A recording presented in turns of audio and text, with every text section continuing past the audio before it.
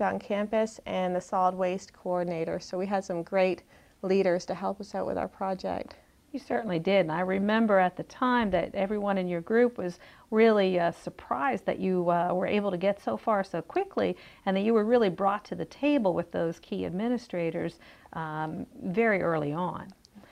One of the things that I think this experience tells us is that certainly there were drivers to this change externally, and then also just in observation of the fact that there were no recycling bins available for newspapers and what that looked like, the evidence of what that looked like, which your team was able to key on right away. And I think that your team also may have served as a bit of a driver to other changes that were happening and that happened subsequent to your team's efforts. Definitely, and we were able to identify the changes that were already occurring within their efforts and try and instead of going into the meetings and saying, this is what we want to do and you guys aren't doing this, taking that approach, trying to take an approach that, okay, we have this idea, we want your input and hopefully you can help us out and we can work as a team to try and implement a change. So, and that really worked well for us and created buy-in at an early stage. So when we look at from the standpoint of your group as change agents, essentially you use some strategies to try to become part of the effort and not use the idea of telling people what to do, but working with people. I think you also utilized decision data quite effectively because you did do some research and were able to make that a part of your argument. Definitely. And when we started meeting with these key leaders and developing a plan together, one thing they advised is that we got some hard quantitative data to back up our case. So we thought, okay, no problem, we'll just do an online survey and administer that to graduate students and undergraduate students and get some background data on what students on campus feel, what currently exists with students in their recycling habits, what barriers are there for them in recycling. And we applied that survey to a theory called social marketing theory.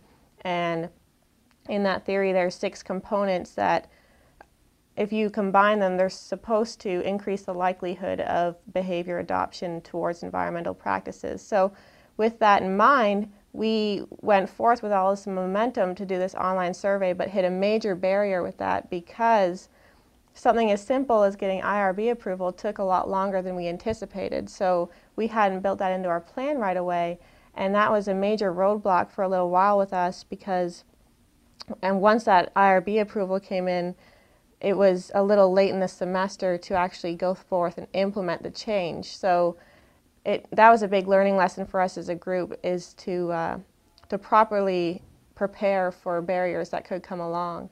And that's something that unfortunately we learned through the process.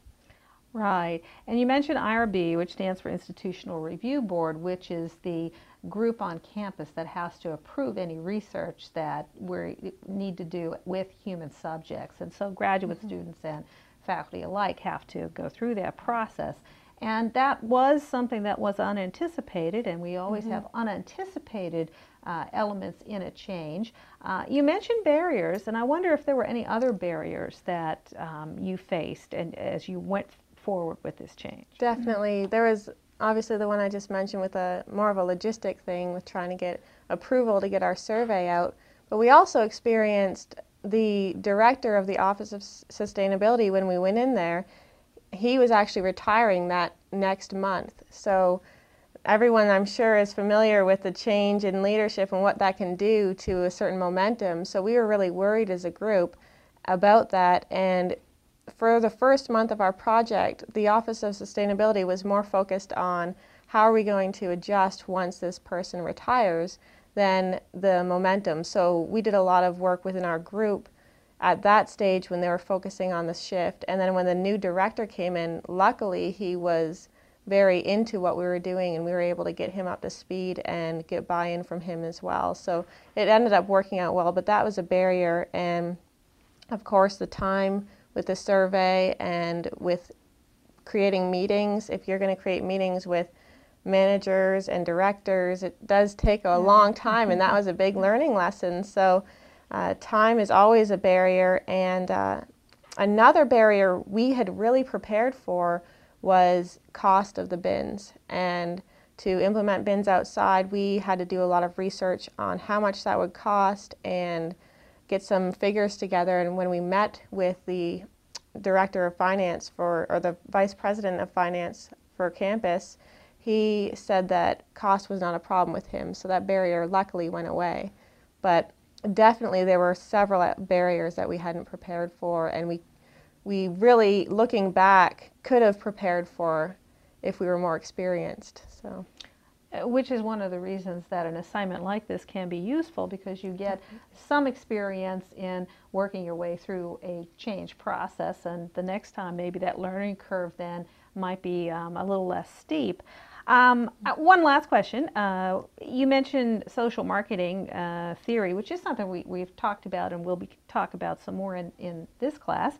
Are there any other concepts from the class that you think now, in retrospect, directly related to what you've experienced? Oh, definitely. Now you'll be learning about gatekeepers in your class, and we had to look at who was in control to make our ideas happen. So we had our committee together of key leaders, but in actually identifying who the gatekeepers were, for example, that what I mentioned before with the vice president of finance on campus, he was a major gatekeeper because he had the money to implement our bins. So that's a concept that really came into play with our project we learned in the course. And another one was the theory of planned behavior. And that theory really applied because it mentions perceived behavioral control. And without trying to present our argument in a way that seemed like it was doable with the committee that we assembled, I don't think that we would have had as much success as we did. And it's really gained momentum because we presented it in a way that was just, we had the ultimate goal, but to provide those baby steps so you constantly see a sense of accomplishment in an initiative, I think it's really important. So just part of that theory of planned behavior really came into play.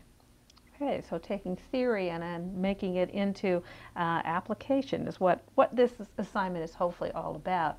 Well, thank you, Roz. Yeah. I think your experience was very interesting and informative, and I hope we learned a little bit about how a group organizational change process can work, and we're going to be talking a little bit more about applying that to an individual situation in the discussion forum.